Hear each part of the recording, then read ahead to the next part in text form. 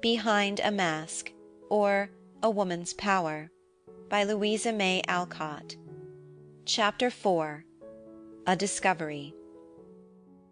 For several days Coventry was confined to his room, much against his will, though everyone did their best to lighten his irksome captivity. His mother petted him, Bella sang, Lucia read, Edward was devoted, and all the household, with one exception, were eager to serve the young master. Jean Muir never came near him, and Jean Muir alone seemed to possess the power of amusing him. He soon tired of the others, wanted something new, recalled the piquant character of the girl, and took a fancy into his head that she would lighten his ennui. After some hesitation, he carelessly spoke of her to Bella, but nothing came of it, for Bella only said Jean was well and very busy doing something lovely to surprise mamma with. Edward complained that he never saw her, and Lucia ignored her existence altogether. The only intelligence the invalid received was from the gossip of two housemaids over their work in the next room. From them he learned that the governess had been scolded by Miss Beaufort for going to Mr. Coventry's room, that she had taken it very sweetly, and kept herself carefully out of the way of both young gentlemen, though it was plain to see that Mr. Ned was dying for her. Mr. Gerald amused himself by thinking over this gossip, and quite annoyed his sister by his absence of mind. "Gerald, do you know Ned's commission has come?" "Very interesting. Read on, Bella." "You stupid boy! You don't know a word I say." And she put down the book to repeat her news. "I'm glad of it. Now we must get him off as soon as possible. That is, I suppose he will want to be off as soon as possible." And Coventry woke up from his reverie. "You needn't check yourself. I know all about it. I think Ned was very foolish, and that Miss Muir has behaved beautifully. It's quite impossible, of course, but I wish it wasn't. I do so like to watch lovers. You and Lucia are so cold, you are not a bit interesting." "You'll do me a favour if you'll stop all that nonsense about Lucia and me. We are not lovers, and never shall be, I fancy. At all events, I'm tired of the thing, and wish you and mamma would let it drop, for the present at least." "Oh, Gerald, you know mamma has set her heart upon it, that papa desired it, and poor Lucia loves you so much. How can you speak of dropping what will make us all so happy?" "It won't make me happy, and I take the liberty of thinking that this is of some importance. I'm not bound in any way, and don't intend to be till I am ready. Now we'll talk about Ned." Much grieved and surprised, Bella obeyed, and devoted herself to Edward, who very wisely submitted to his fate, and prepared to leave home for some months. For a week the house was in a state of excitement about his departure, and everyone but Jean was busied for him. She was scarcely seen. Every morning she gave Bella her lessons, every afternoon drove out with Mrs. Coventry, and nearly every evening went up to the hall to read to Sir John, who found his wish granted without exactly knowing how it had been done. The day Edward left, he came down from bidding his mother good-bye, looking very pale, for he had lingered in his sister's little room with Miss Muir as long as he dared. "Good-bye, dear. Be kind to Jean," he whispered as he kissed his sister. I will, returned Bella with tearful eyes. "Take care of mamma, and remember Lucia," he said again, as he touched his cousin's beautiful cheek. "Fear nothing. I will keep them apart," she whispered back, and Coventry heard it. Edward offered his hand to his brother, saying significantly as he looked him in the eye, "I trust you, Gerald." "You may, Ned." Then he went, and Coventry tired himself with wondering what Lucia meant. A few days later he understood. "Now Ned is gone, little Muir will appear, I fancy," he said to himself, but little Muir did not appear, and seemed to shun him more carefully than she had done her lover. If he went to the drawing-room in the evening hoping for music, Lucia alone was there. If he tapped at Bella's door, there was always a pause before she opened it, and no sign of Jean appeared, though her voice had been audible when he knocked. If he went to the library, a hasty rustle and the sound of flying feet betrayed that the room was deserted at his approach. In the garden Miss Muir never failed to avoid him, and if by chance they met in hall or breakfast-room, she passed him with downcast eyes and the briefest, coldest greeting. All this annoyed him intensely, and the more she eluded him, the more he desired to see her. From a spirit of opposition, he said, nothing more. It fretted, and yet it entertained him, and he found a lazy sort of pleasure in thwarting the girl's little manoeuvres. His patience gave out at last, and he resolved to know what was the meaning of this peculiar conduct. Having locked and taken away the key of one door in the library, he waited till Miss Muir went in to get a book for his uncle. He had heard her speak to Bella of it, knew that she believed him with his mother, and smiled to himself as he stole after her. She was standing in a chair, reaching up, and he had time to see a slender waist, a pretty foot, before he spoke. "Can I help you, Miss Muir?" She started, dropped several books, and turned scarlet, as she said hurriedly, "Thank you, no. I can get the steps." "My long arm will be less trouble. I've got but one, and that is tired of being idle, so it is very much at your service. What will you have?" You startled me, so I've forgotten." And Jean laughed nervously, as she looked about her as if planning to escape. "I beg your pardon. Wait till you remember, and let me thank you for the enchanted sleep you gave me 10 days ago. I've had no chance yet. You've shunned me so pertinaciously." "Indeed, I try not to be rude, but—" She checked herself, and turned her face away, adding with an accent of pain in her voice, "It is not my fault, Mr. Coventry. I only obey orders." "Whose orders?" he demanded, still standing so that she could not escape. "Don't ask. It is one who has a right to command where you are concerned. Be sure that it is kindly meant, though it may seem folly to us. Nay, don't be angry. Laugh at it as I do, and let me run away, please." She turned, and looked down at him with tears in her eyes, a smile on her lips, and an expression half sad, half arch, which was altogether charming. The frown passed from his face, but he still looked grave, and said decidedly, "No one has a right to command in this house but my mother or myself. Was it she who bade you avoid me as if I was a madman or a pest?" "I don't ask. I promise not to tell, and you would not have me break my word, I know." And still smiling, she regarded him with a look of merry malice, which made any other reply unnecessary. It was Lucia, he thought, and disliked his cousin intensely just then. Miss Muir moved as if to step down. He detained her, saying earnestly, yet with a smile, "Do you consider me the master here?" "Yes." And to the word she gave a sweet, submissive intonation, which made it expressive of the respect, regard, and confidence which men find pleasantest when women feel and show it. Unconsciously his face softened, and he looked up at her with a different glance from any he had ever given her before. "Well, then, will you consent to obey me if I am not tyrannical or unreasonable in my demands?" "I'll try." "Good. Now, frankly, I want to say that all this sort of thing is very disagreeable to me. It annoys me to be a restraint upon anyone's liberty or comfort, and I beg you will come and go as freely as you like, and not mind Lucia's absurdities. She means well, but hasn't a particle of penetration or tact. Will you promise this?" "No." "Why not?" "It is better as it is, perhaps." "But you called it folly just now."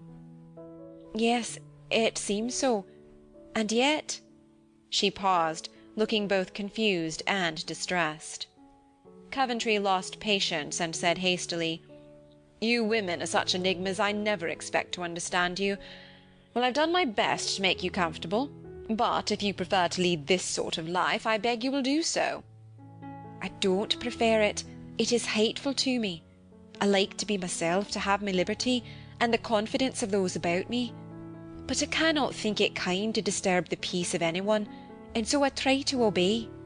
I've promised Bella to remain, but I will go rather than have another scene with Miss Beaufort, or with you?"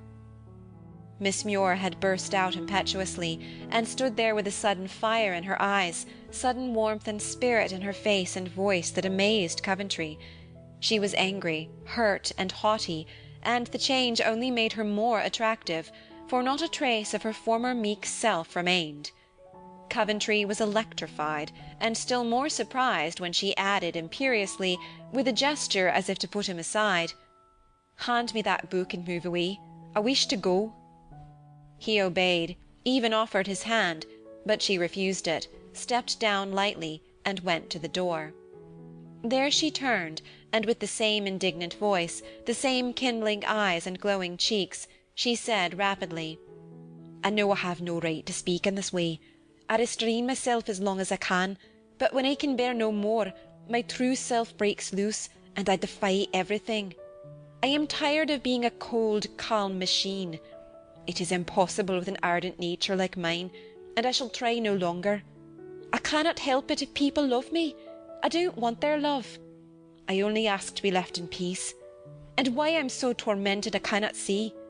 I've neither beauty, money, nor rank, yet every foolish boy mistakes my frank interest for something warmer, and makes me miserable. It is my misfortune. Think of me what you will, but beware of me in time, for against my will I may do you harm." Almost fiercely she had spoken, and with a warning gesture she hurried from the room, leaving the young man feeling as if a sudden thunder gust had swept through the house. For several minutes he sat in the chair she left, thinking deeply. Suddenly he rose, went to his sister, and said in his usual tone of indolent good nature, "Bella, didn't I hear Ned ask you to be kind to Miss Muir?" "Yes, and I try to be, but she is so odd lately." "Odd? How do you mean?" "Why, she is either as calm and cold as a statue, or restless and queer. She cries at night, I know, and sighs sadly when she thinks I don't hear. Something is the matter." "She frets for Ned, perhaps," began Coventry. "Oh dear, no. It's a great relief to her that he is gone. I am afraid that she likes someone very much, and someone don't like her. Can it be Mr. Sidney?" "She called him a titled fool once, but perhaps that didn't mean anything. Did you ever ask her about him?" said Coventry, feeling rather ashamed of his curiosity, yet unable to resist the temptation of questioning unsuspecting Bella. "Yes, but she only looked at me in her tragical way and said so pitifully, 'My little friend, I hope you'll never have to pass through the scenes I've passed through, but keep your peace unbroken all your life.' After that I dared say no more. I'm very fond of her. I want to make her happy, but I don't know how. Can you propose anything?" "I was going to propose that you make her come among us more, now Ned is gone. It must be dull for her, moping about alone. I'm sure it is for me. She is an entertaining little person, and I enjoy her music very much. It's good for mamma to have gay evenings, so you bestir yourself, and see what you can do for the general good of the family." "That's all very charming, and I've proposed it more than once, but Lucia spoils all my plans. She is afraid you'll follow Ned's example, and that is so silly." "Lucia is no, I won't say a fool, because she has sense enough when she chooses. But I wish you'd just settle things with mamma, and then Lucia can do nothing but submit," said Gerald angrily. "I'll try, but she goes up to read to uncle, you know, and since he has had the gout she stays later, so I see little of her in the evening. There she goes now. I think she will captivate the old one as well as the young one. She is so devoted." Coventry looked after her slender black figure, just vanishing through the great gate, and an uncomfortable fancy took possession of him, born of Bella's careless words.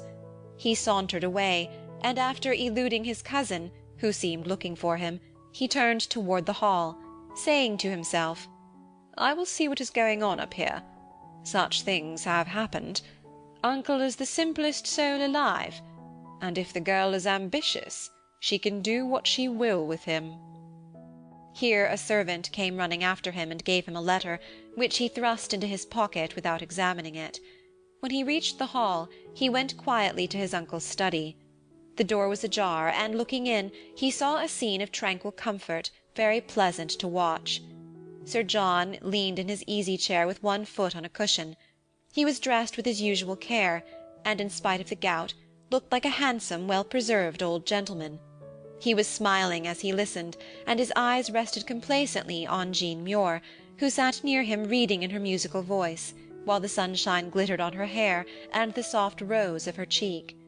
She read well, yet Coventry thought her heart was not in her task, for once when she paused, while Sir John spoke, her eyes had an absent expression, and she leaned her head upon her hand with an air of patient weariness. Poor girl! I did her great injustice. She has no thought of captivating the old man, but amuses him from simple kindness. She is tired. I'll put an end to her task. And Coventry entered without knocking. Sir John received him with an air of polite resignation, Miss Muir with a perfectly expressionless face. Mother's love, and how are you to-day, sir? Comfortable, but dull. So I want you to bring the girls over this evening to amuse the old gentleman. Mrs. King has got out the antique costumes and trumpery, as I promised Bella she should have them, and tonight we are to have a merry-making, as we used to do when Ned was here. Very well, sir, I'll bring them. We've all been out of sorts since the lad left, and a little jollity will do us good. Are you going back, Miss Muir? Asked Coventry. No, I shall keep her to give me my tea and get things ready.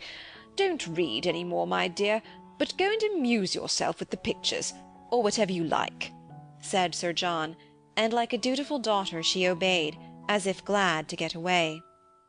That's a very charming girl, Gerald, began Sir John as she left the room.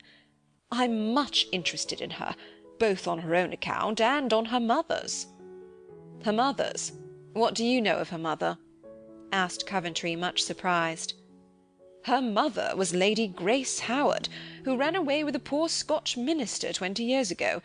The family cast her off, and she lived and died so obscurely that very little is known of her, except that she left an orphan girl at some small French pension.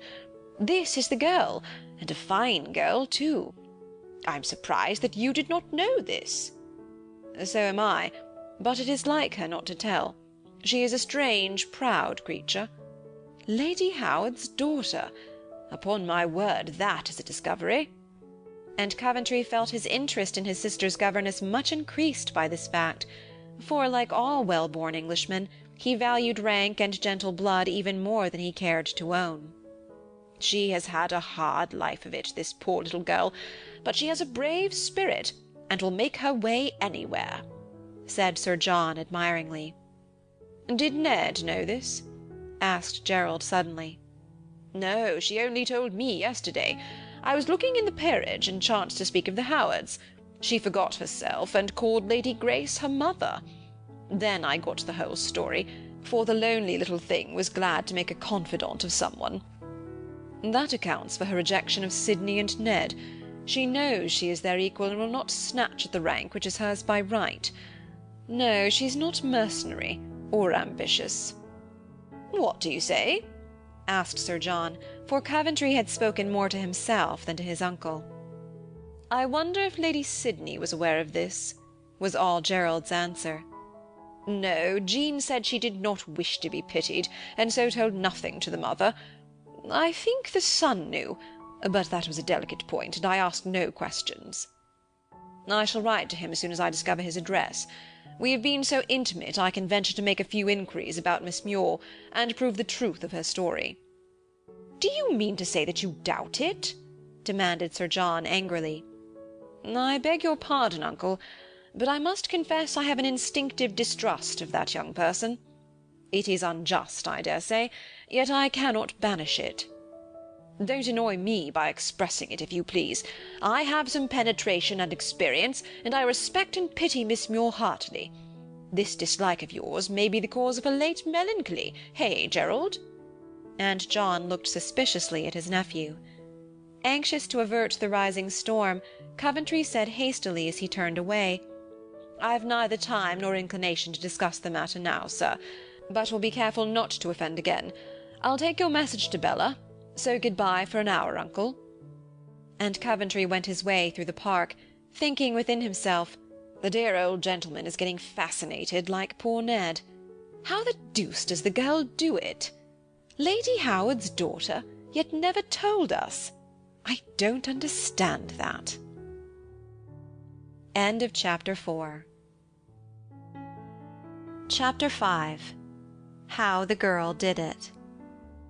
At home he found a party of young friends, who hailed with delight the prospect of a revel at the Hall. An hour later the blithe company trooped into the great saloon, where preparations had already been made for a dramatic evening. Good Sir John was in his element, for he was never so happy as when his house was full of young people. Several persons were chosen, and in a few moments the curtains were withdrawn from the first of these impromptu tableaux. A swarthy, darkly bearded man lay asleep on a tiger-skin in the shadow of a tent. Oriental arms and drapery surrounded him. An antique silver lamp burned dimly on a table where fruit lay heaped in costly dishes, and wine shone redly in half-emptied goblets.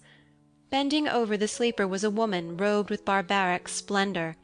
One hand turned back the embroidered sleeve from the arm which held a scimitar. One slender foot in a scarlet sandal was visible under the white tunic. Her purple mantle swept down from snowy shoulders. Fillets of gold bound her hair, and jewels shone on neck and arms. She was looking over her shoulder toward the entrance of the tent, with a steady yet stealthy look, so effective that for a moment the spectators held their breath, as if they also heard a passing footstep. "Who is it?" whispered Lucia, for the face was new to her. "Jean Muir," answered Coventry, with an absorbed look. "Impossible! She is small and fair," began Lucia, but a hasty "Hush, let me look," from her cousin silenced her. Impossible as it seemed, he was right nevertheless, for Jean Muir it was. She had darkened her skin, painted her eyebrows, disposed some wild black locks over her fair hair, and thrown such an intensity of expression into her eyes that they darkened and dilated till they were as fierce as any southern eyes that ever flashed. Hatred, the deepest and bitterest, was written on her sternly beautiful face. Courage glowed in her glance. Power spoke in the nervous grip of the slender hand that held the weapon, and the indomitable will of the woman was expressed, even the firm pressure of the little foot half hidden in the tiger-skin. "Oh, isn't she splendid?" cried Bella under her breath. "She looks as if she'd use her sword well when the time comes," said someone admiringly. "Good night to Holofernes, his fate is certain," added another. "He is the image of Sidney with that beard on." "Doesn't she look as if she really hated him?" "Perhaps she does." Coventry uttered the last exclamation, for the two which preceded it suggested an explanation of the marvellous change in Jean. It was not all art. The intense detestation mingled with a savage joy that the object of her hatred was in her power was too perfect to be feigned, and having the key to a part of her story, Coventry felt as if he caught a glimpse of the truth. It was but a glimpse, however, for the curtain dropped before he had half analyzed the significance of that strange face. "Horrible! I'm glad it's over," said Lucia coldly. "Magnificent! Encore, encore!" cried Gerald enthusiastically. But the scene was over, and no applause could recall the actress. 2 or 3 graceful or gay pictures followed, but Jean was in none, and each lacked the charm which real talent lends to the simplest part. "Coventry, you are wanted," called a voice, and to everyone's surprise Coventry went, though heretofore he had always refused to exert himself when handsome actors were in demand. "What part am I to spoil?" he asked as he entered the green room, where several excited young gentlemen were costuming and attitudinizing. "A fugitive cavalier. Put yourself into this suit, and lose no time asking questions. Miss Muir will tell you what to do. She is in the tableau, so no one will mind you," said the manager pro tem, throwing a rich old suit towards Coventry, and resuming the painting of a moustache on his own boyish face. A gallant cavalier was the result of Gerald's hasty toilet, and when he appeared before the ladies, a general glance of admiration was bestowed upon him. "Come along and be placed. Jean is ready on the stage." And Bella ran before him, exclaiming to her governess, "Here he is, quite splendid. Wasn't he good to do it?" Miss Muir, in the charmingly prim and puritanical dress of a Roundhead damsel, was arranging some shrubs, but turned suddenly and dropped the green branch she held, as her eye met the glittering figure advancing toward her. "You," she said with a troubled look, adding low to Bella, "Why did you ask him? I begged you not." "He is the only handsome man here, and the best actor, if he likes. He won't play usually, so make the most of him." And Bella was off to finish powdering her hair for the marriage à la mode. "I was sent for, and I came. Do you prefer some other person?" asked Coventry, at a loss to understand the half-anxious, half-eager expression of the face under the little cap. It changed to one of mingled annoyance and resignation as she said, "It is too late. Please kneel here half behind the shrubs. Put down your hat, and allow me. You are too elegant for a fugitive." As he knelt before her, she dishevelled his hair, pulled his lace collar awry, threw away his gloves and sword, and half untied the cloak that hung about his shoulders. "That is better. Your paleness is excellent. Nay, don't spoil it. We are to represent the picture which hangs in the hall. I need tell you no more. Now, Roundheads, place yourselves, and then ring up the curtain." With a smile, Coventry obeyed her, for the picture was of two lovers, the young cavalier kneeling with his arm around the waist of the girl, who tries to hide him with her little mantle, and presses his head to her bosom in an ecstasy of fear, as she glances back at the approaching pursuers. Jean hesitated an instant, and shrank a little as his hand touched her. She blushed deeply, and her eyes fell before his. Then, as the bell rang, she threw herself into her part with sudden spirit. One arm half covered him with her cloak, the other pillowed his head on the muslin kerchief folded over her bosom, and she looked backward with such terror in her eyes that more than one chivalrous young spectator longed to hurry to the rescue. It lasted but a moment, yet in that moment Coventry experienced another new sensation. Many women had smiled on him, but he had remained heart-whole, cool and careless, quite unconscious of the power which a woman possesses and knows how to use, for the weal or woe of a man. Now, as he knelt there with a soft arm about him, a slender waist yielding to his touch, and a maiden heart throbbing against his cheek, for the first time in his life he felt the indescribable spell of womanhood, and looked the ardent lover to perfection. Just as his face assumed this new and most becoming aspect, the curtain dropped, and clamorous encores recalled him to the fact that Miss Muir was trying to escape from his hold, which had grown painful in its unconscious pressure. He sprang up, bewildered, and looking as he had never looked before. "Again, again!" cried Sir John, and the young men who played the Roundheads, eager to share in the applause, begged for a repetition in new attitudes. "A rustle has betrayed you. We have fired and shot the brave girl, and she lies dying, you know. That will be effective. Try it, Miss Muir," said one, and with a long breath Jean complied. The curtain went up, showing the lover still on his knees, unmindful of the captors who clutched him by the shoulder, for at his feet the girl lay dying. Her head was on his breast, now her eyes looked full into his, no longer wild with fear, but eloquent with the love which even death could not conquer. The power of those tender eyes thrilled Coventry with a strange delight, and set his heart beating as rapidly as hers had done.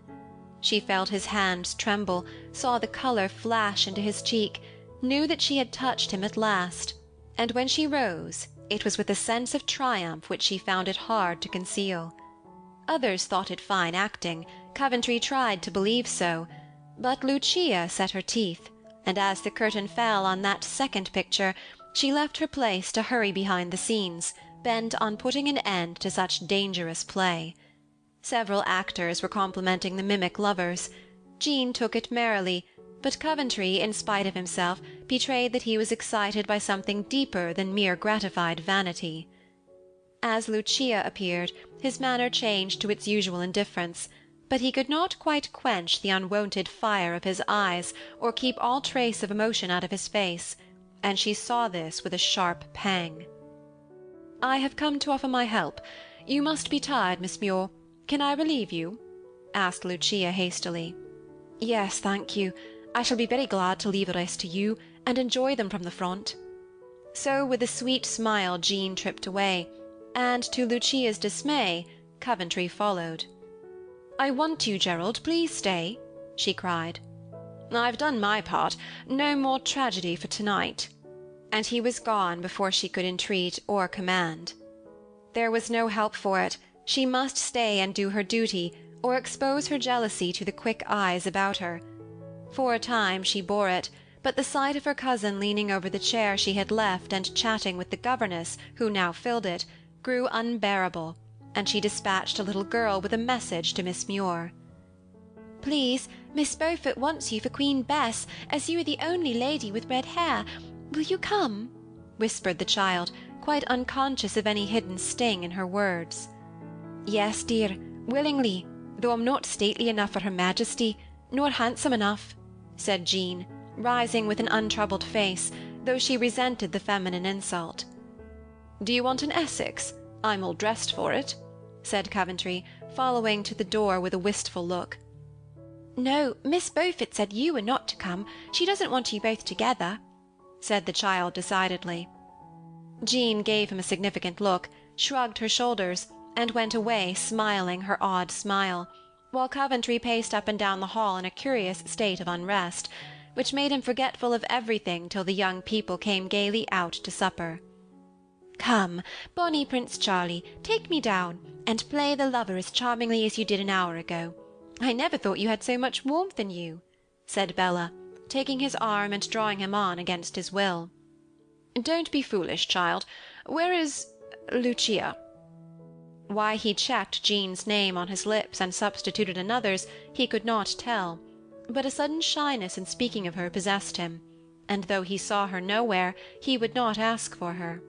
His cousin came down looking lovely in a classical costume, but Gerald scarcely saw her, and when the merriment was at its height, he slipped away to discover what had become of Miss Muir. Alone in the deserted drawing-room he found her, and paused to watch her a moment before he spoke, for something in her attitude and face struck him. She was leaning wearily back in the great chair which had served for a throne. Her royal robes were still unchanged, though the crown was off and all her fair hair hung about her shoulders. Excitement and exertion made her brilliant, the rich dress became her wonderfully, and an air of luxurious indolence changed the meek governess into a charming woman. She leaned on the velvet cushions as if she were used to such support. She played with the jewels which had crowned her as carelessly as if she were born to wear them. Her attitude was full of negligent grace, and the expression of her face half proud, half pensive, as if her thoughts were bittersweet. One would know she was well born to see her now. Poor girl, what a burden the life of dependence must be to a spirit like hers. I wonder what she is thinking of so intently. And Coventry indulged another look before he spoke. Shall I bring you some supper, Miss Muir? "Supper?" she ejaculated with a start. "Who thinks of one's body when one's soul is—" She stopped there, knit her brows, and laughed faintly as she added, "No, thank you. I want nothing but advice, and that I dare not ask of anyone." "Why not?" "Because I have no right." "Everyone has a right to ask help, especially the weak of the strong. Can I help you? Believe me, I most heartily offer my poor services." "Ah, you forget. This dress, the borrowed splendor of these jewels, the freedom of this gay evening, the romance of the part you played, all blind you to the reality. For a moment I cease to be a servant, and for a moment you treat me as an equal." It was true. He had forgotten. That soft, reproachful glance touched him.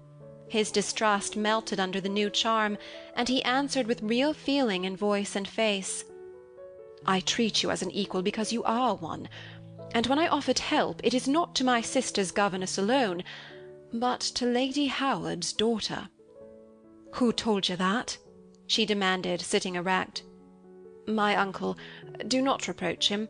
It shall go no further if you forbid it. Are you sorry that I know it? Yes. Why? Because I will not be pitied. And her eyes flashed as she made a half-defiant gesture. Then, if I may not pity the hard fate which has befallen an innocent life, may I admire the courage which meets adverse fortune so bravely, and conquers the world by winning the respect and regard of all who see and honour it. Miss Muir averted her face, put up her hand, and answered hastily, No, no, not that. Do not be kind. It destroys the only barrier now left between us. Be cold to me as before, forget what I am, and let me go on my way, unknown, unpitied, and unloved. Her voice faltered and failed as the last word was uttered, and she bent her face upon her hand. Something jarred upon Coventry in this speech, and moved him to say, almost rudely, You need have no fears for me. Lucia will tell you what an iceberg I am. Then Lucia would tell me wrong. I have the fatal power of reading character. I know you better than she does, and I see. There she stopped abruptly. What? Tell me, and prove your skill, he said eagerly. Turning, she fixed her eyes on him with a penetrating power that made him shrink as she said slowly, Under the ice I see fire, and warn you to beware, lest it prove a volcano. For a moment he sat dumb, wondering at the insight of the girl, for she was the first to discover the hidden warmth of a nature too proud to confess its tender impulses, or the ambitions that slept till some potent voice awoke them. The blunt, almost stern manner in which she warned him away from her only made her more attractive, for there was no conceit or arrogance in it, only a foreboding fear emboldened by past suffering to be frank. Suddenly he spoke impetuously. You are right. I am not what I seem, and my indolent indifference is but the mask under which I conceal my true self. I could be as passionate, as energetic and aspiring as Ned if I had any aim in life. I have none, and so I am what you once called me, a thing to pity and despise. I never said that, cried Jean indignantly. Not in those words, perhaps, but you looked it and thought it, though you phrased it more mildly. I deserved it, but I shall deserve it no longer. I am beginning to wake from my disgraceful idleness, and long for some work that shall make a man of me. Why do you go? I annoy you with my confessions. Pardon me, they are the first I ever made. They shall be the last. No, oh no, I am too much honoured by your confidence.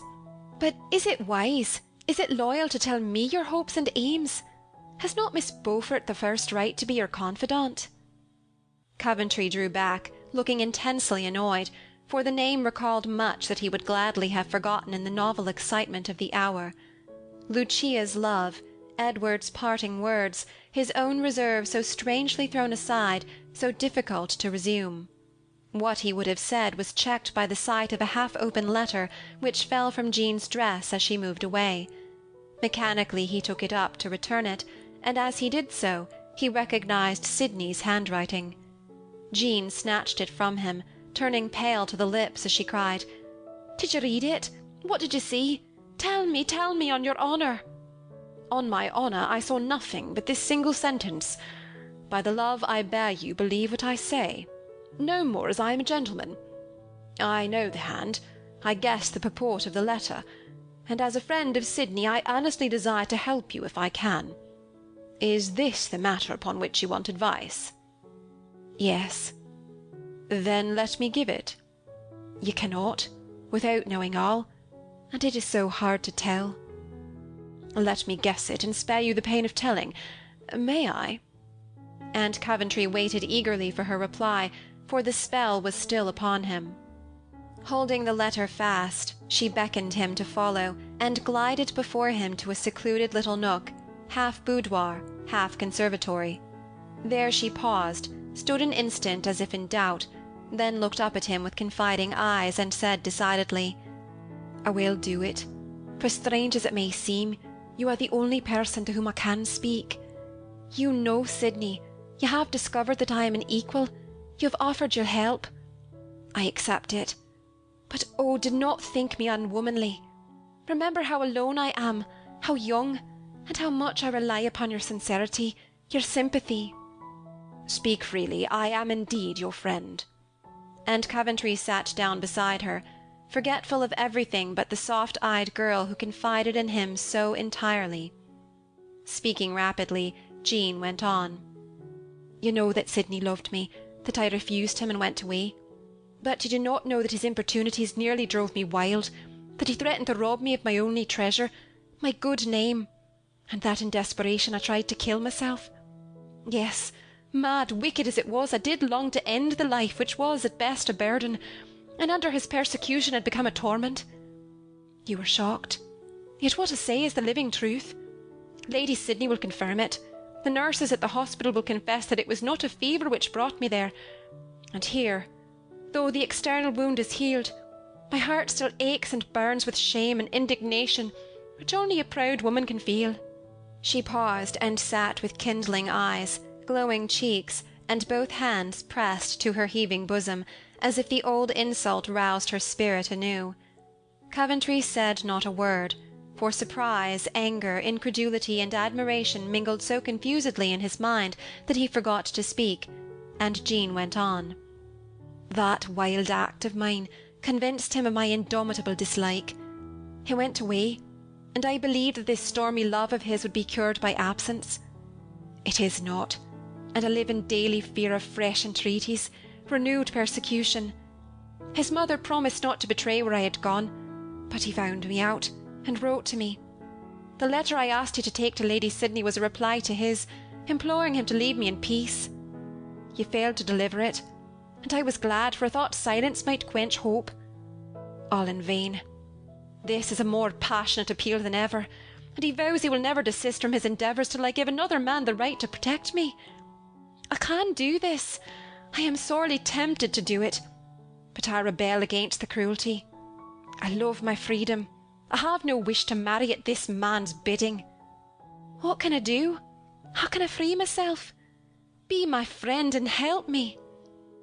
Tears streamed down her cheeks, sobs choked her words, and she clasped her hands imploringly as she turned toward the young man in all the abandonment of sorrow, fear, and supplication.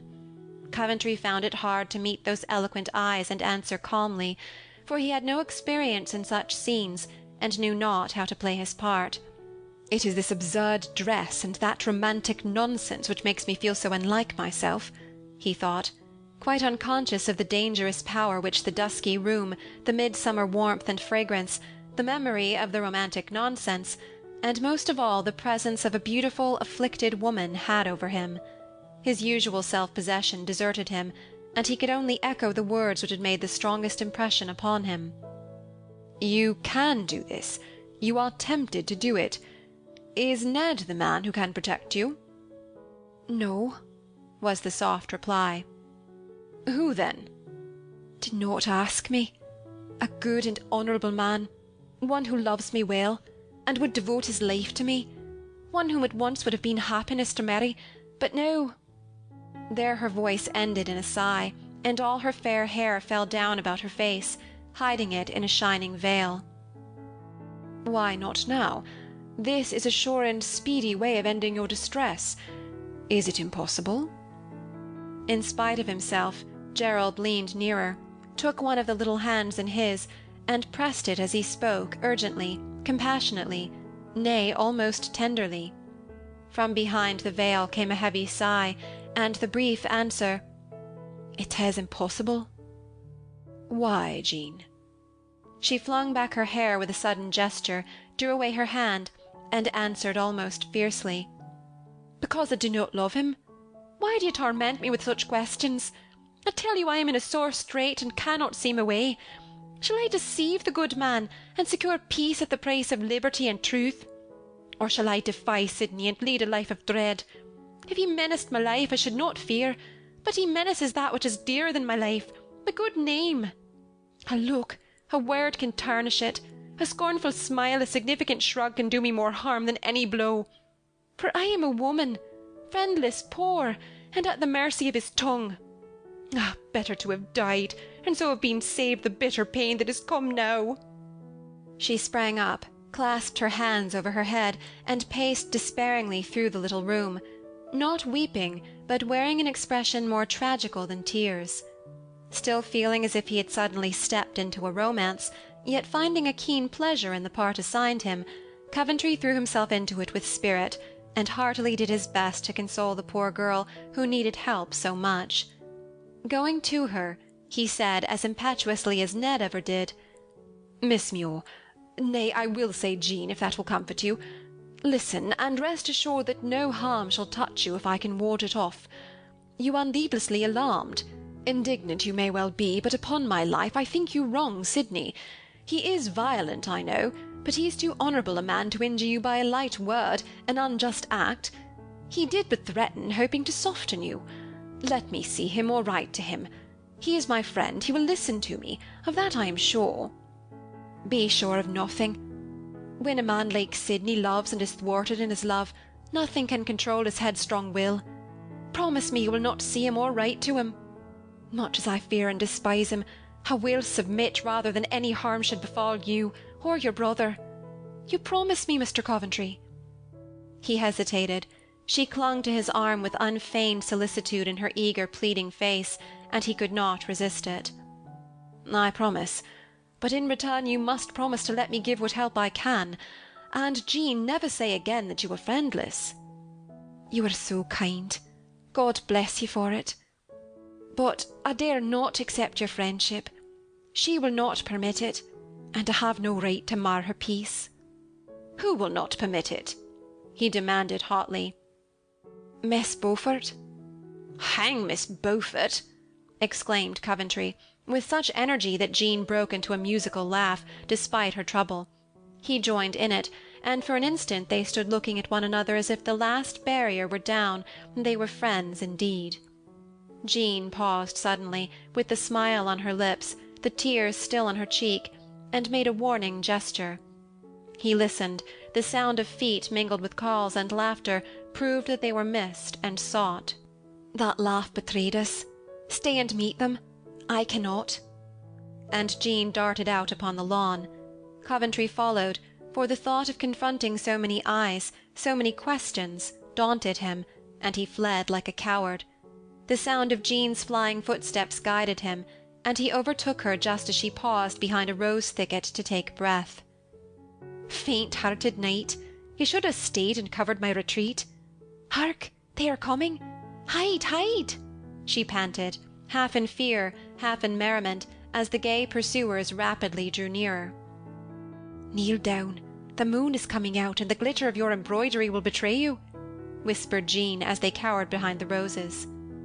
"Your arms and hair will betray you. Come under my plaidie, as the song says." And Coventry tried to make his velvet cloak cover the white shoulders and fair locks. "We are acting our parts in reality now. How Bella will enjoy the thing when I tell her," said Jean as the noises died away. "Do not tell her," whispered Coventry. "And why not?" she asked, looking up into the face so near her own, with an artless glance. "Can you not guess why?" "Ah, you are so proud you cannot bear to be laughed at." "It is not that. It is because I do not want you to be annoyed by silly tongues. You have enough to pain you without that. I am your friend now, and I do my best to prove it." "So kind, so kind. How can I thank you?" murmured Jean, and she involuntarily nestled closer under the cloak that sheltered both. Neither spoke for a moment, and in the silence the rapid beating of two hearts was heard. To drown the sound, Coventry said softly, "Are you frightened?" "No, I like it," she answered, as softly, then added abruptly, "But why do we hide? There is nothing to fear. It is late. I must go. You're kneeling on my train. Please rise." "Why in such haste? This flight and search only adds to the charm of the evening. I'll not get up yet. Will you have a rose, Jean?" "No, I will not. Let me go, Mr. Coventry, I insist. There has been enough of this folly. You forget yourself." She spoke imperiously, flung off the cloak, and put him from her. He rose at once, saying, like one waking suddenly from a pleasant dream, "I do indeed forget myself." Here the sound of voices broke on them, nearer than before. Pointing to a covered walk that led to the house, he said in his usually cool, calm tone, "Go in that way. I will cover your retreat." And turning, he went to meet the merry hunters. Half an hour later, when the party broke up, Miss Muir joined them in her usual quiet dress, looking paler, meeker, and sadder than usual. Coventry saw this, though he neither looked at her nor addressed her. Lucia saw it also, and was glad that the dangerous girl had fallen back into her proper place again, for she had suffered much that night. She appropriated her cousin's arm as they went through the park, but he was in one of his taciturn moods, and all her attempts at conversation were in vain.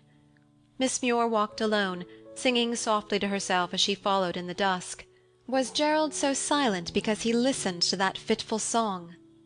Lucia thought so, and felt her dislike rapidly deepening to hatred. When the young friends were gone, and the family were exchanging good nights among themselves, Jean was surprised by Coventry's offering his hand, for he had never done it before, and whispering as he held it, though Lucia watched him all the while, "I have not given my advice yet." "Thanks. I no longer need it. I have decided for myself." "May I ask how?" "To brave my enemy." "Good. But what decided you so suddenly?" "The finding of a friend." And with a grateful glance, she was gone. End of chapter 5.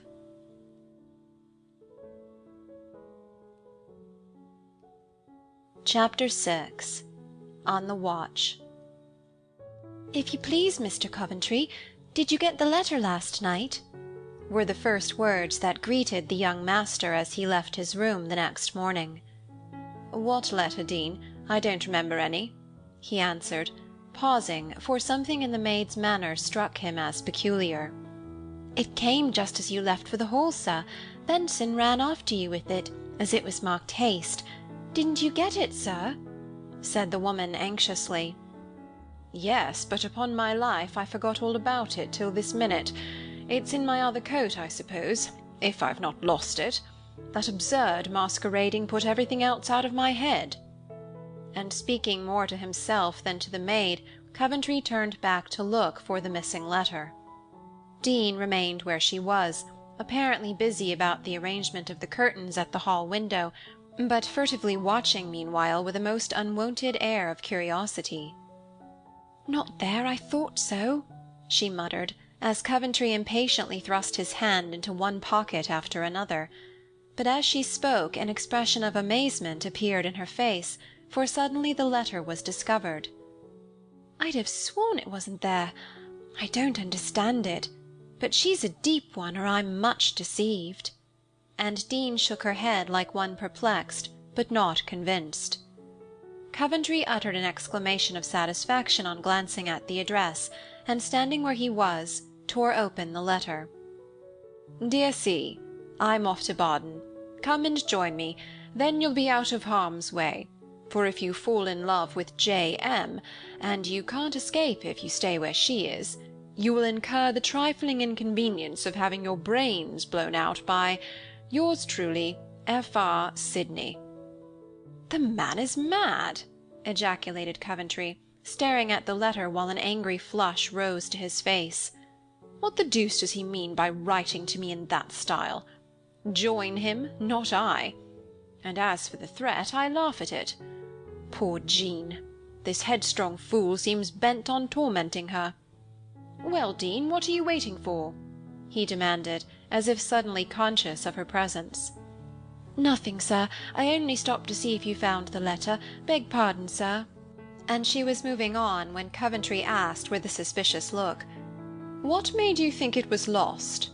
You seem to take an uncommon interest in my affairs to-day." "Oh, no, sir. I felt a bit anxious. Benson is so forgetful, and it was me who sent him after you, for I happened to see you go out, so I felt responsible. Being marked that way, I thought it might be important, so I asked about it." "Very well. You can go, Dean. It's all right, you see." "I'm not so sure of that," muttered the woman as she curtsied respectfully and went away, looking as if the letter had not been found. Dean was Miss Beaufort's maid, a grave, middle-aged woman with keen eyes and a somewhat grim air. Having been long in the family, she enjoyed all the privileges of a faithful and favorite servant. She loved her young mistress with an almost jealous affection. She watched over her with the vigilant care of a mother, and resented any attempt at interference on the part of others. At first she had pitied and liked Jean Muir, then distrusted her, and now heartily hated her, as the cause of the increased indifference of Coventry toward his cousin. Dean knew the depth of Lucia's love, and though no man, in her eyes, was worthy of her mistress, still, having honored him with her regard, Dean felt bound to like him, and the late change in his manner disturbed the maid almost as much as it did the mistress. She watched Jean narrowly, causing that amiable creature much amusement but little annoyance, as yet, for Dean's slow English wit was no match for the subtle mind of the governess. On the preceding night, Dean had been sent up to the hall with costumes, and had there seen something which much disturbed her. She began to speak of it while undressing her mistress, but Lucia, being in an unhappy mood, had so sternly ordered her not to gossip that the tale remained untold, and she was forced to bide her tune. "Now I'll see how she looks after it, though there's not much to be got out of her face, the deceitful hussy," thought Dean, marching down the corridor and knitting her black brows as she went. "Good morning, Mrs. Dean. I hope you're none for the worse for last night's frolic.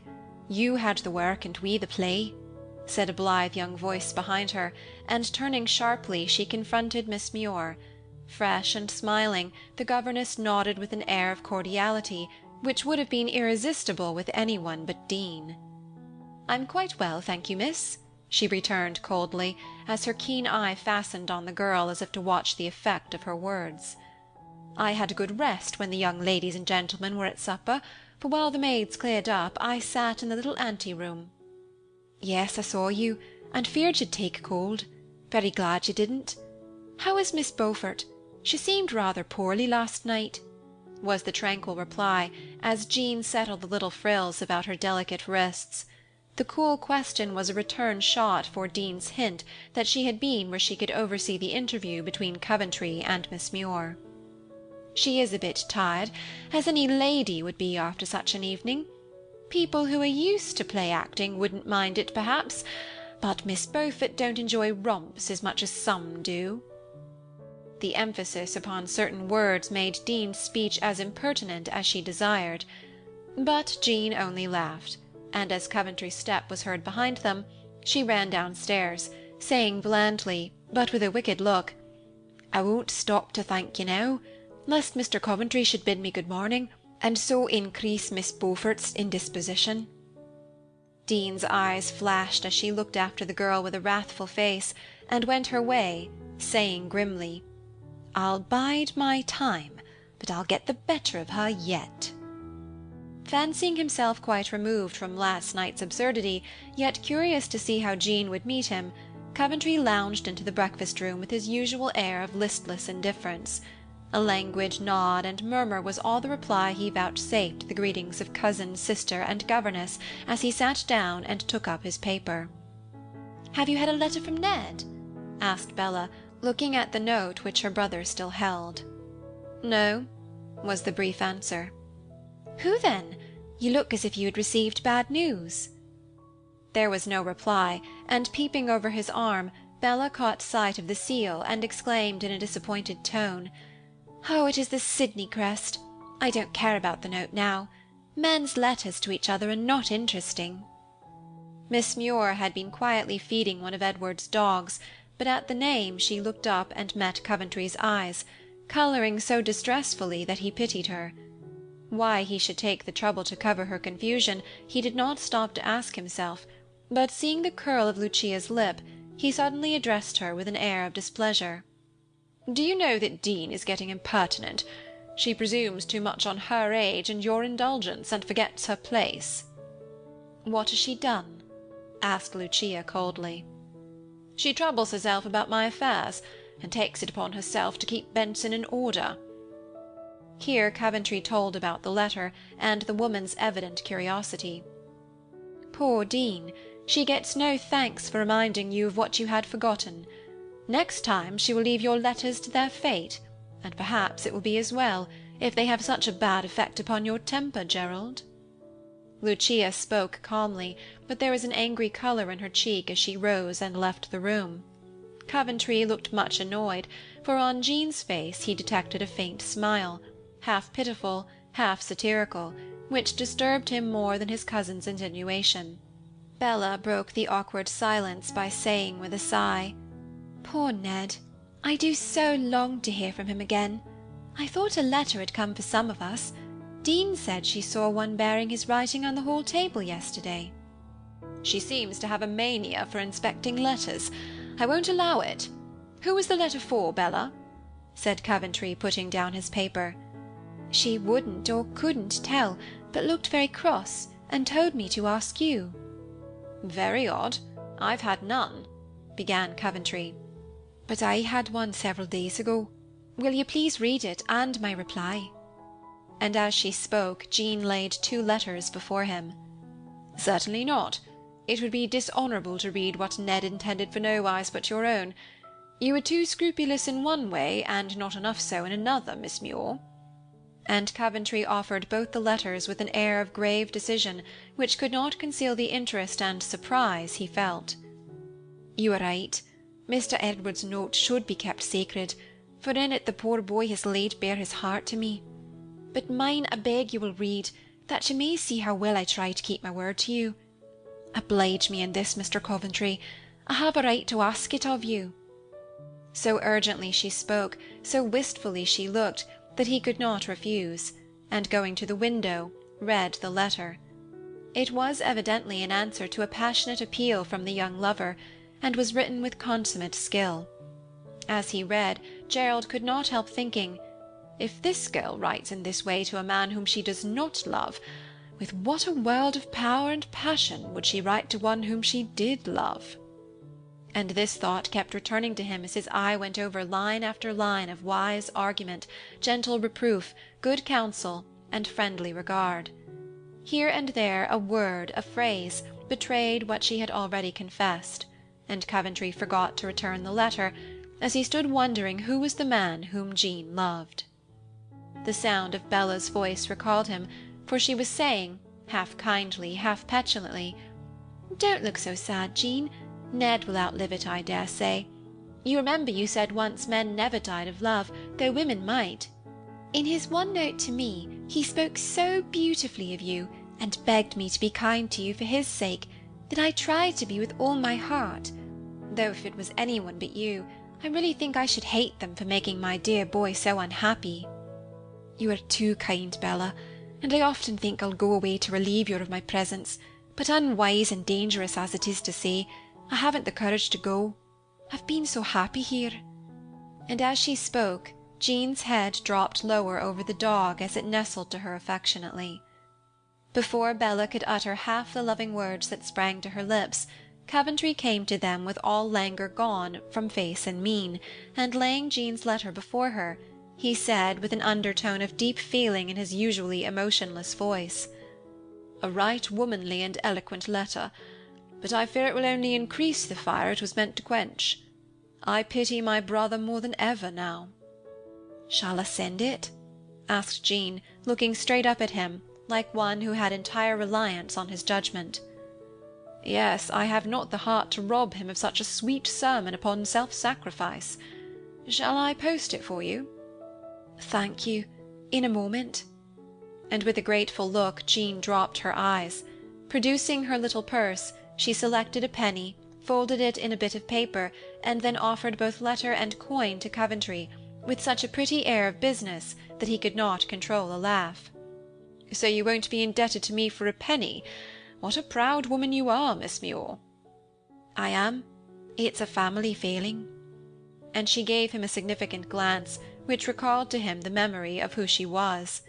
He understood her feeling, and liked her the better for it, knowing that he would have done the same had he been in her place.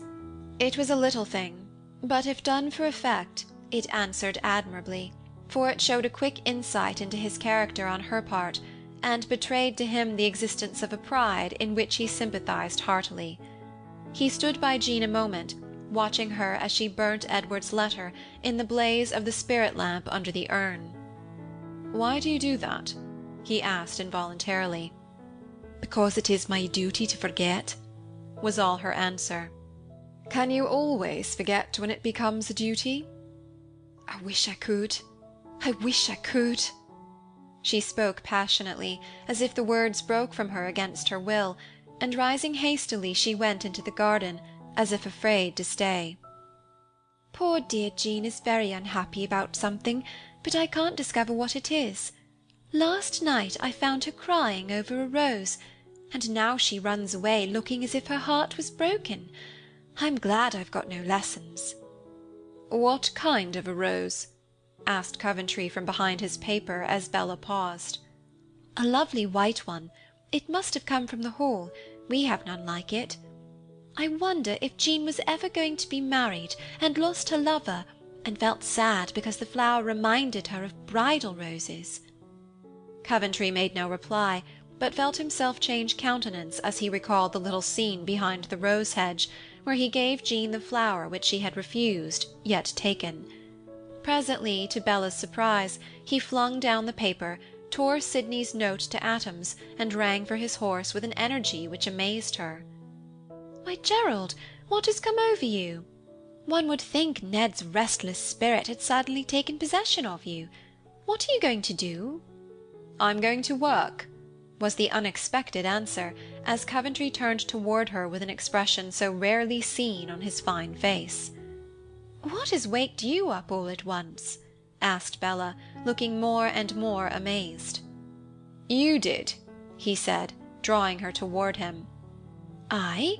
When? How?" "Do you remember saying once that energy was better than beauty in a man, and that no one could respect an idler?" "I never said anything half so sensible as that. Jean said something like it once, I believe, but I forgot. Are you tired of doing nothing at last, Gerald?" "Yes, I neglected my duty to Ned, till he got into trouble, and now I reproach myself for it. It's not too late to do other neglected tasks, so I'm going at them with a will. Don't say anything about it to anyone, and don't laugh at me, for I'm in earnest, Belle." "I know you are, and I admire and love you for it, my dear old boy," cried Bella enthusiastically, as she threw her arms about his neck and kissed him heartily. "What will you do first?" she asked, as he stood thoughtfully smoothing the bright head that leaned upon his shoulder, with that new expression still clear and steady in his face. "I'm going to ride over the whole estate, and attend to things as a master should, not leave it all to Bent, of whom I've heard many complaints, but have been too idle to inquire about them. I shall consult uncle, and endeavour to be all that my father was in his time. Is that a worthy ambition, dear?" "Oh, Gerald, let me tell mamma. It will make her so happy. You are her idol, and to hear you say these things, and to see you look so like dear papa, would do more for her spirits than all the doctors in England." "Wait till I prove what my resolution is worth. When I have really done something, then I'll surprise mamma with a sample of my work." "Of course you'll tell Lucia?" "Not on any account. It is a little secret between us, so keep it till I give you leave to tell it." "But Jean will see it at once. She knows everything that happens. She is so quick and wise. Do you mind her knowing?" "I don't see that I can help it if she is so wonderfully gifted. Let her see what she can, I don't mind her. Now I'm off." And with a kiss to his sister, a sudden smile on his face, Coventry sprang upon his horse and rode away at a pace which caused the groom to stare after him in blank amazement. Nothing more was seen of him till dinner-time, when he came in so exhilarated by his brisk ride and busy morning that he found some difficulty in assuming his customary manner, and more than once astonished the family by talking animatedly on various subjects which till now had always seemed utterly uninteresting to him. Lucia was amazed, his mother delighted, and Bella could hardly control her desire to explain the mystery. But Jean took it very calmly, and regarded him with the air of one who said, I understand, but you will soon tire of it." This nettled him more than he would confess, and he exerted himself to silently contradict that prophecy. "Have you answered Mr. Sydney's letter?" asked Bella, when they were all scattered about the drawing-room after dinner. "No," answered her brother, who was pacing up and down with restless steps, instead of lounging near his beautiful cousin. "I ask because I remembered that Ned sent a message for him in my last note, as though he thought you would know Sydney's address. Here it is, something about a horse. Please put it in when you write."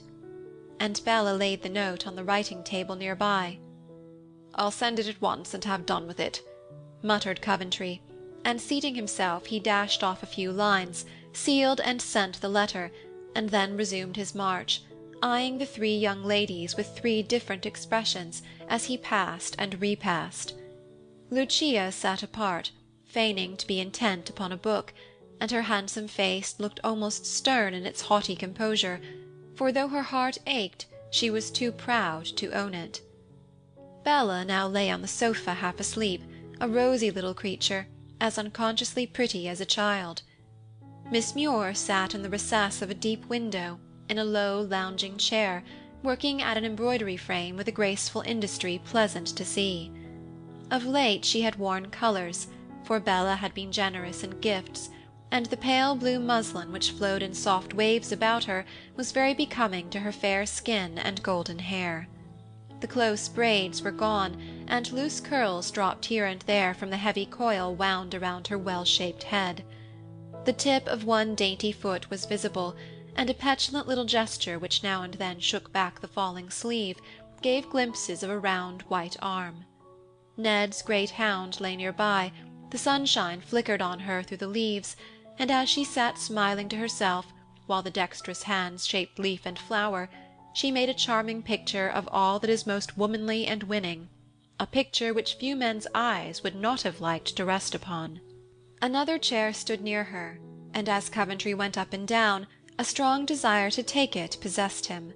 He was tired of his thoughts and wished to be amused by watching the changes of the girl's expressive face, listening to the varying tones of her voice, and trying to discover the spell which so strongly attracted him in spite of himself. More than once he swerved from his course to gratify his whim, but Lucia's presence always restrained him, and with a word to the dog, or a glance from the window as a pretext for a pause, he resumed his walk again. Something in his cousin's face reproached him, but her manner of late was so repellent that he felt no desire to resume their former familiarity, and wishing to show that he did not consider himself bound, he kept aloof. It was a quiet test of the power of each woman over this man. They instinctively felt it, and both tried to conquer. Lucia spoke several times, and tried to speak frankly and affably, but her manner was constrained, and Coventry, having answered politely, relapsed into silence. Jean said nothing, but silently appealed to eye and ear by the pretty picture she made of herself, the snatches of song she softly sang, as if forgetting that she was not alone, and a shy glance now and then, half wistful, half merry, which was more alluring than graceful figure or sweet voice. When she had tormented Lucia and tempted Coventry long enough, she quietly asserted her supremacy in a way which astonished her rival, who knew nothing of the secret of her birth, which knowledge did much to attract and charm the young man. Letting a ball of silk escape from her lap, she watched it roll toward the promenader, who caught and returned it with an alacrity which added grace to the trifling service. As she took it, she said, in the frank way that never failed to win him, "I think you must be tired, but if exercise is necessary, employ your energies to some purpose, and put your mother's basket of silks in order. They are in a tangle, and it will please her to know that you did it, as your brother used to do." "Hercules at the distaff," said Coventry gaily, and down he sat in the long-desired seat. Jean put the basket on his knee, and as he surveyed it, as if daunted at his task, she leaned back, and indulged in a musical little peal of laughter charming to hear. Lucia sat dumb with surprise to see her proud, indolent cousin obeying the commands of a governess, and looking as if he heartily enjoyed it. In 10 minutes she was as entirely forgotten as if she had been miles away, for Jean seemed in her wittiest, gayest mood, and as she now treated the young master like an equal, there was none of the former meek timidity. Yet often her eyes fell, her colour changed, and the piquant sallies faltered on her tongue, as Coventry involuntarily looked deep into the fine eyes which had once shone on him so tenderly in that mimic tragedy. He could not forget it, and though neither alluded to it, the memory of the previous evening seemed to haunt both and lend a secret charm to the present moment. Lucia bore this as long as she could, and then left the room with the air of an insulted princess. But Coventry did not, and Jean feigned not to see her go. Bella was fast asleep, and before he knew how it came to pass, the young man was listening to the story of his companion's life. A sad tale, told with wonderful skill, for soon he was absorbed in it. The basket slid unobserved from his knee, the dog was pushed away, and leaning forward, he listened eagerly as the girl's low voice recounted all the hardships, loneliness, and grief of her short life. In the midst of a touching episode, she started, stopped, and looked straight before her, with an intent expression which changed to one of intense contempt, and her eye turned to Coventry's, as she said, pointing to the window behind him, "We are watched." "By whom?" he demanded, starting up angrily. "Hush! Say nothing. Let it pass. I am used to it." "But I am not, and I'll not submit to it. Who was it, Jean?" he answered hotly. She smiled significantly at a knot of rose-colored ribbon which a little gust was blowing toward them along the terrace. A black frown darkened the young man's face as he sprang out of the long window and went rapidly out of sight, scrutinizing each green nook as he passed. Jean laughed quietly as she watched him, and said softly to herself, with her eyes on the fluttering ribbon, "That was a fortunate accident, and a happy inspiration. Yes, my dear Mrs. Dean, you will find that playing the spy will only get your mistress as well as yourself into trouble. You would not be warned, and you must take the consequences, reluctant as I am to injure a worthy creature like yourself." Soon Coventry was heard returning. Jean listened with suspended breath to catch his first words, for he was not alone. "Since you insist that it was you and not your mistress, I let it pass, although I still have my suspicions. Tell Miss Beaufort I desire to see her for a few moments in the library. Now go, Dean, and be careful for the future, if you wish to stay in my house." The maid retired, and the young man came in looking both ireful and stern. "I wish I had said nothing, but I was startled, and spoke involuntarily. Now you're angry, and I have made fresh trouble for poor Miss Lucia. Forgive me as I forgive her, and let it pass. I have learned to bear this surveillance, and pity her causeless jealousy," said Jean with a self-reproachful air. "I will forgive the dishonourable act, but I cannot forget it, and I intend to put a stop to it. I am not betrothed to my cousin, as I told you once, but you, like all the rest, seem bent on believing that I am. Hitherto I have cared too little about the matter to settle it, but now I shall prove beyond all doubt that I am free." As he uttered the last word, Coventry cast on Jean a look that affected her strangely. She grew pale, her work dropped on her lap, and her eyes rose to his with an eager, questioning expression, which slowly changed to one of mingled pain and pity as she turned her face away, murmuring in a tone of tender sorrow, "Poor Lucia! Who will comfort her?" For a moment Coventry stood silent, as if weighing some fateful purpose in his mind. As Jean's rapt sigh of compassion reached his ear, he had echoed it within himself, and half repented of his resolution.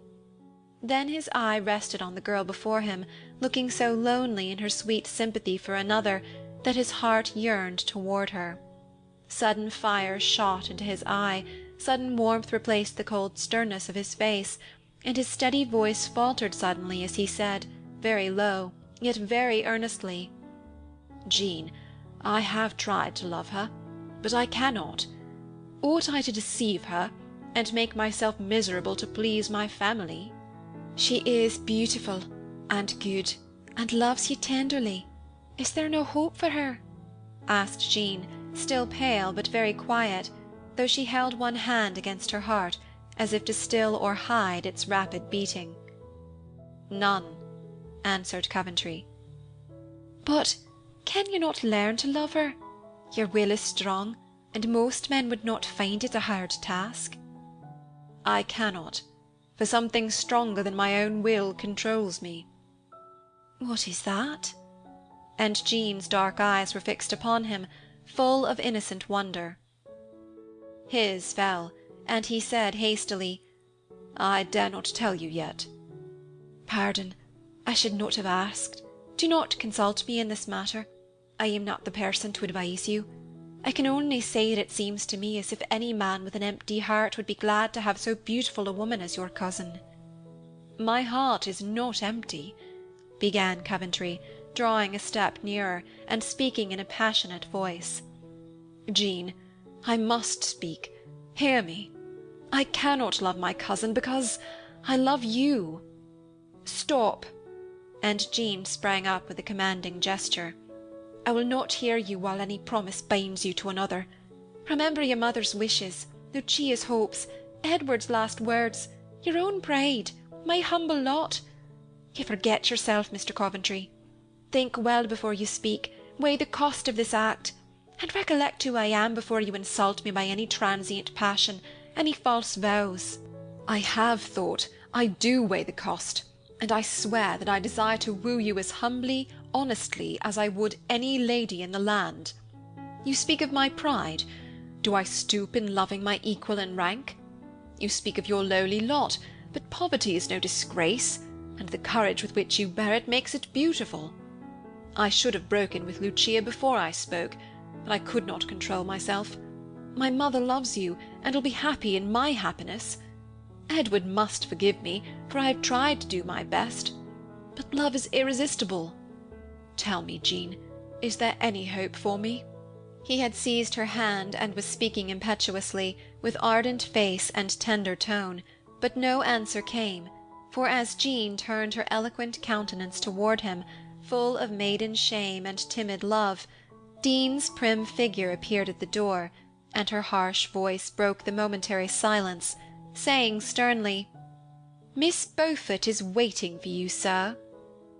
"Go at once, and be kind for my sake, Gerald," whispered Jean, for he stood as if deaf and blind to everything but her voice, her face.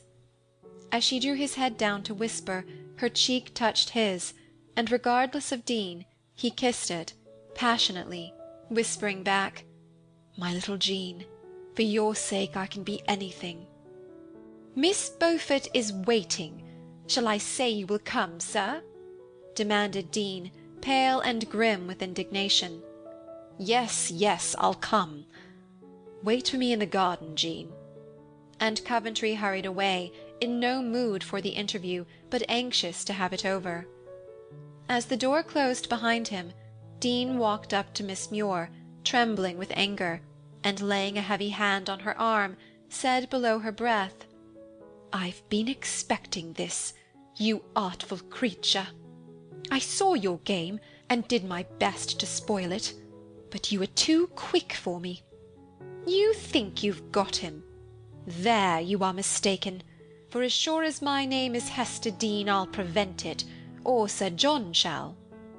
Take your hand away, and treat me with proper respect, or you'll be dismissed from this house. Do you know who I am?" And Jean drew herself up with a haughty air which impressed the woman more deeply than her words. "I am the daughter of Lady Howard, and if I choose it, can be the wife of Mr. Coventry."